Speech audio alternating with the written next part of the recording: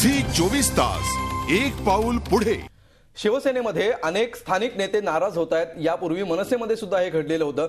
या रोखठोकच्या शेवटच्या भागामध्ये आपण चर्चा करतो आहोत की संपूर्ण राजकीय संस्कृतीच आता आत्मकेंद्री होते आहे का।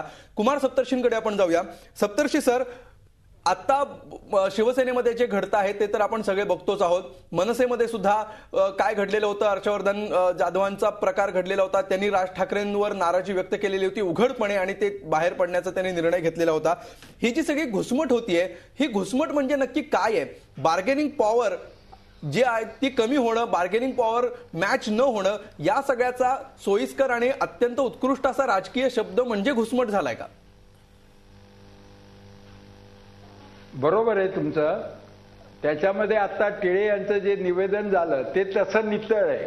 ते त्यांना तुम्ही किती क्रॉस केलं आणि पुन्हा पुन्हा तेच प्रश्न विचारले तरी उत्तर एकच होतं की मी 12 वर्षापासून हनुमान पद स्वीकारलं होतं, पण माझा प्रभू रामचंद्र गेल्यानंतर घुसमट झाली।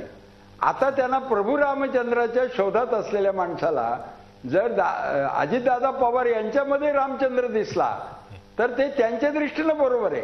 पण या सगळ्याचं मुख्य कारण आहे की अजितदादांनाही अशी कुठली वैचारिक भूमिका नाही की शिवसेनेची कोणती भूमिका सोडून अर्जुन टिळेंनी आपल्या पक्षात यावं, हेही सांगण्यासारखं त्यांच्याकडे काही नाही।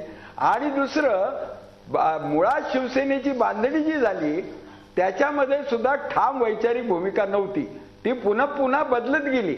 तो अधिकार फक्त प्रभू रामचंद्राला असतो आणि आताच्या काळामध्ये शिवसेना परत तशा पद्धतीनं उभारणार नाही।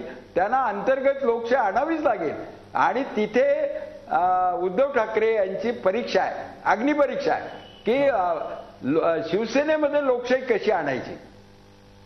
कारण ती आतापर्यंतची सवय नाही, पण आणल्यावर पडझड झाली तरी पुढची जी शिवसेना तो महाराष्ट्रातला एक प्रादेशिक पक्ष होईल आणि त्याची कॉम्पिटिशन, त्याची स्पर्धा ही राष्ट्रवादी काँग्रेस जो म्हणायला राष्ट्रीय पण आहे खरा प्रादेशिक पक्ष, त्याच्याबरोबर त्यांची स्पर्धा होईल। तर त्या स्पर्धेची तयारी करण्याकरता शिवसेनेमध्ये सर्व जाती जमातीचे लोक आहेत। हा त्यांचा एक फार मोठा सकारात्मक प्लस असं भांडवल आहे। आज एका बुरुड जातीतला माणूस, त्याला खासदार केलं, त्यांनी मंत्री केलं औरंगाबादचे, तो काय परत दुसऱ्या पक्षात झाला नसता।